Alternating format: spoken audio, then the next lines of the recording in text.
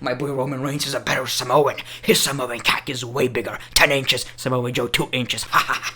So the superstar shakeup happened. All of you guys know that my main concern about it was that I didn't want it to be lazy. I didn't want just random entrances like Heath Slater and Rhino is in the ring. We can challenge any tag team in the locker room, out of other brand, bam, some, I don't know, Usos appear.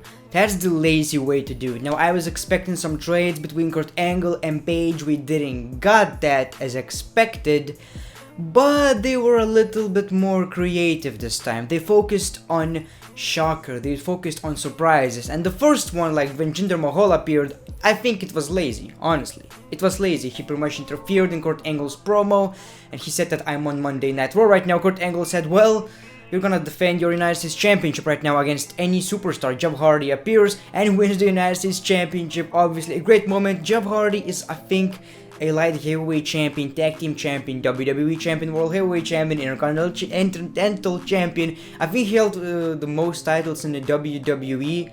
At least very few superstars actually did that. So Jinder Mahal pretty much said that why I don't have a limo, all of that sorts of crap. He wants all of these things. He wants to be treated like a superstar, and he loses the championship. Kinda says that Jinder Mahal is not gonna be as big on Raw as he was on SmackDown. But just like I've said, I think I'm kinda okay with the way they did it.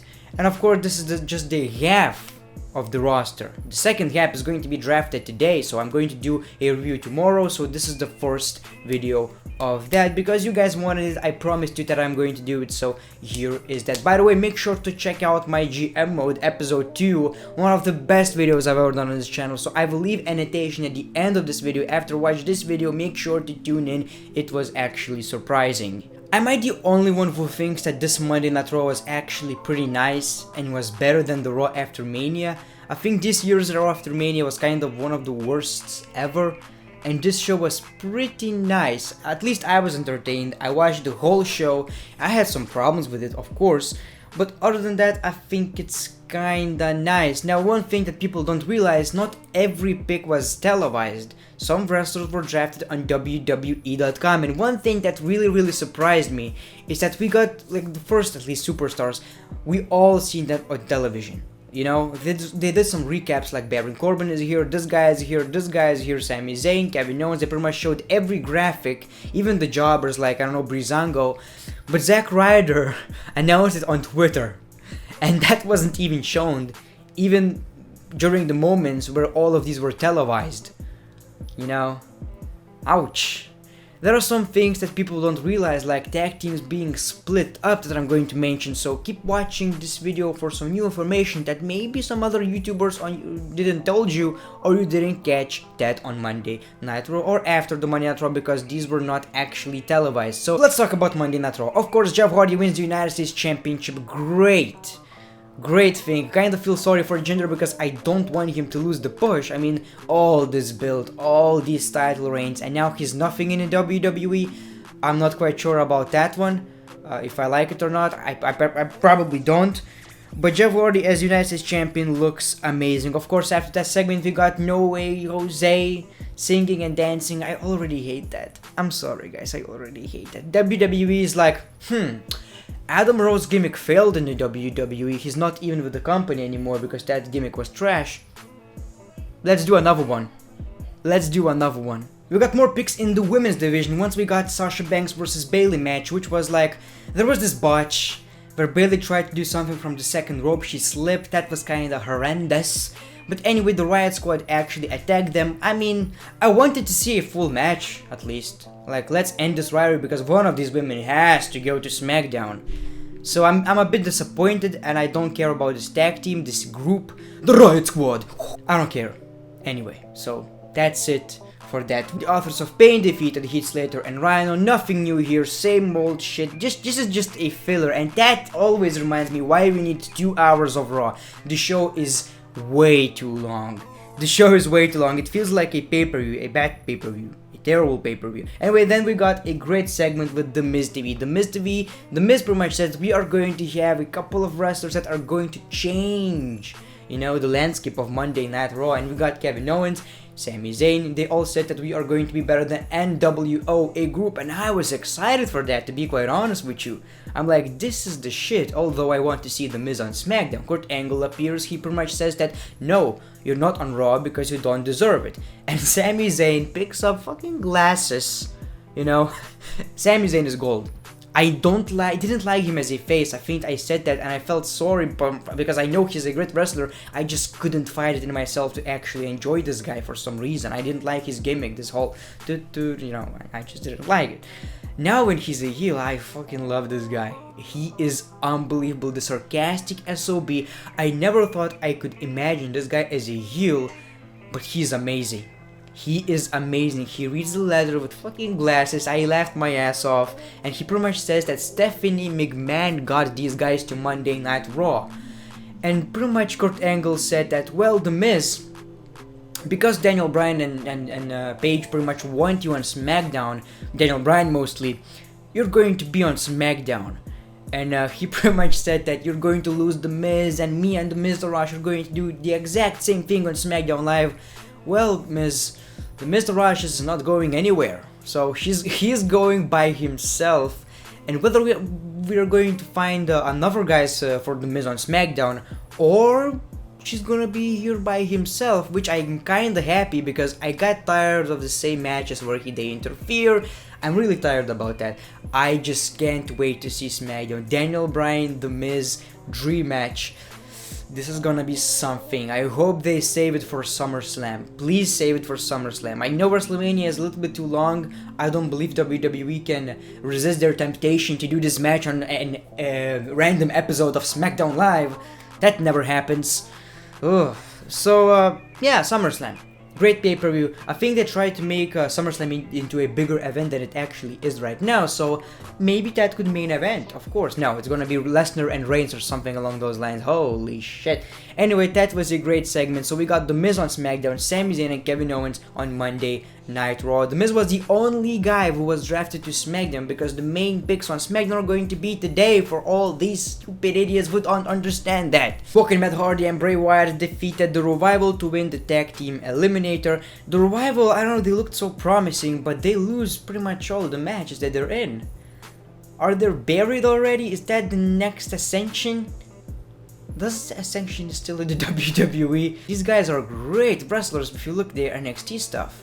I've seen a couple of these matches on their pay-per-views and they were great, but anyway, then we got Ember Moon defeating Mickie James. Ember Moon, great wrestler, whatever the case may be. I don't find a lot of interest in these random matches. I don't know, it feels like the show is way too long, you know, way too long, and they keep pushing these matches that don't have any rivalries, nothing, although we got Nia Jax on commentary, Alexa Bliss, and here's the thing. So we got right here Nia Jax, Alexa Bliss complaining about bullying, fat shaming and shit, which what I'm going to say is that I don't have problem with that. I love edginess. I'm not that kind of a pussy who's like, that's body shaming, that's this, that's racist, that's this and this. I don't give a shit. I really don't. I think context matters, and this is a wrestling show. This is not Nickelodeon. You can have a little bit of edginess, but at the same time, if your storyline is body shaming and this, and then a couple of minutes later, you have Roman Reigns calling Samoa Joe, the face of the company, Roman Reigns, by the way, the biggest babyface, pretty much saying to Samoa Joe, bring your lazy fat ass right here. Isn't that a little bit weird? Like, seriously. Isn't that a little bit weird? It feels like Vince McMahon is pretty much feeding Roman Reigns these lines because he's like, ha ha ha, my boy Roman Reigns is a better Samoan. His Samoan cock is way bigger, 10 inches, Samoa Joe 2 inches, ha ha ha.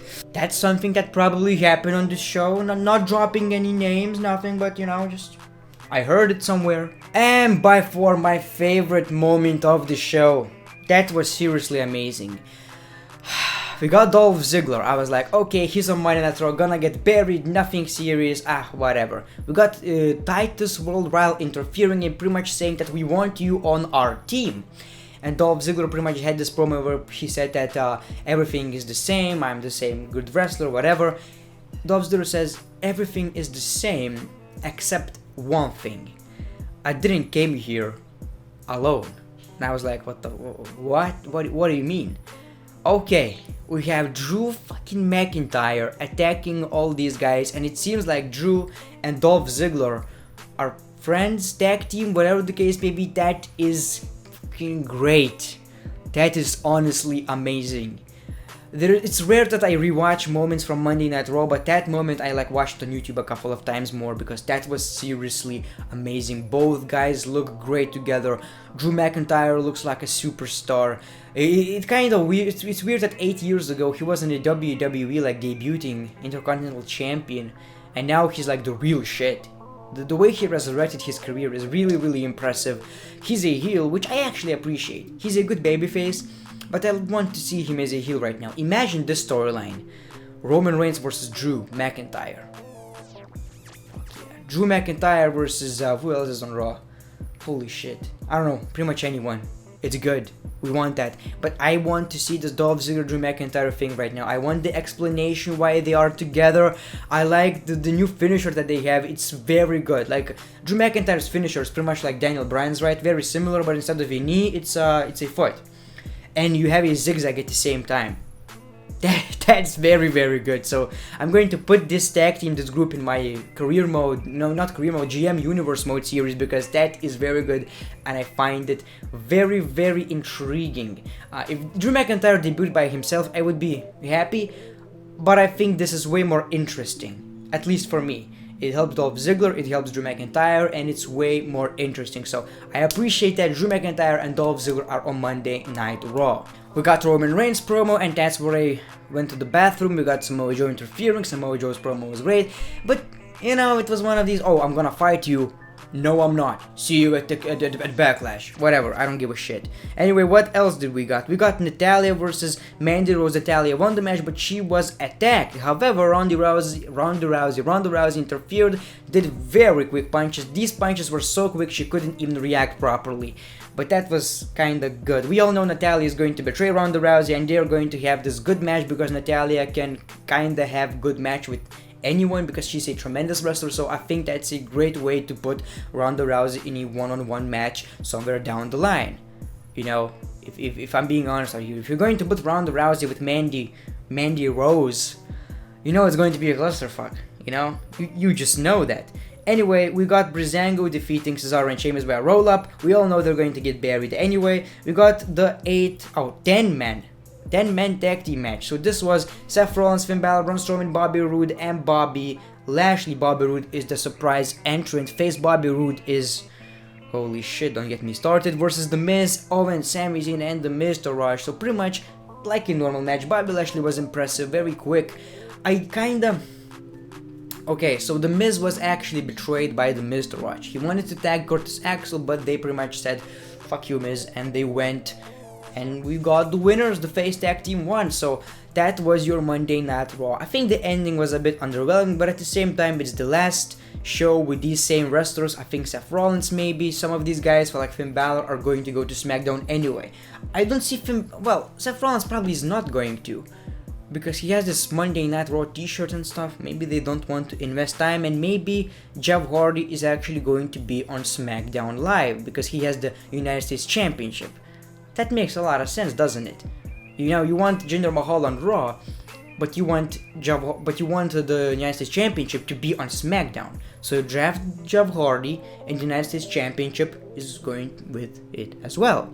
You know, because one show having two mid-card titles doesn't make any sense, and just the fact that we're going to get Jinder Mahal versus Jeff Hardy versus Randy Orton, kinda like that. I actually kinda like that, if we're going to get that, because Randy Orton is a number one contender. So I gotta tell you the last names that were actually drafted, because there are way more names than I actually told you. Now this is the main part of the video.